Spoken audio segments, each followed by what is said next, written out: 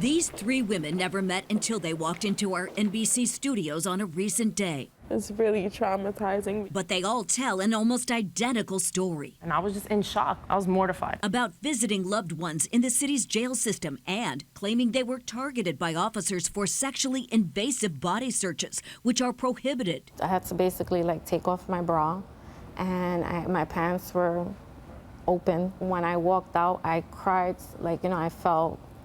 I just felt disgusting. And she spreaded my front, and then she told me to cough twice. So she went inside, she moved around, touched my private area. These two women say they were brought into bathrooms by officers, one on Rikers, the other at the Brooklyn Detention Center, and told they'd be arrested if they didn't agree to a search. Bathroom searches aren't allowed. Limited pat frisks are permitted in visitor areas, but only over clothing after written consent and with a corrections supervisor present. By the time she was finished touching the top, my breasts weren't even in my bra. My bra was just all the way up at my neck. She told me I needed to take my underwear and my pants all the way down to my knees. Shantae Mayfield says she was threatened that if she didn't consent, child welfare authorities might take her kids. They told me, ACS is gonna get involved. I know you have kids. You wanna go hope to them tonight? She checks me, she runs her hand very deeply through my private part to the point that I almost fell. And are your pants down at this point? Yeah, still.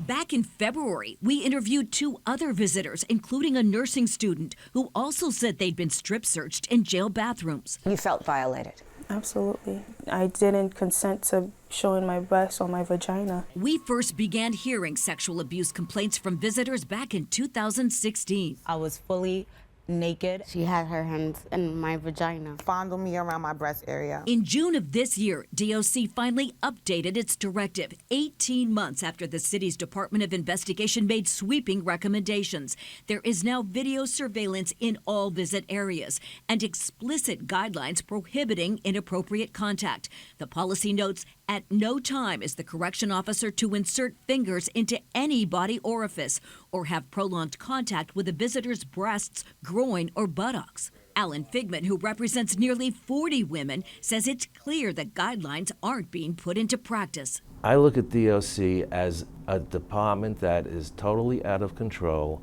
and that the only way to achieve any sort of regulation is to bring in federal monitors. It needs to stop. Yeah, I need to send investigators for these things to stop. It's not okay. I don't want to go back there. A DOC spokesman told us that since our last report in February, there have been 32 new visitor complaints about improper searches. A third of them are being investigated by DOI to see if criminal charges are warranted. Back to you.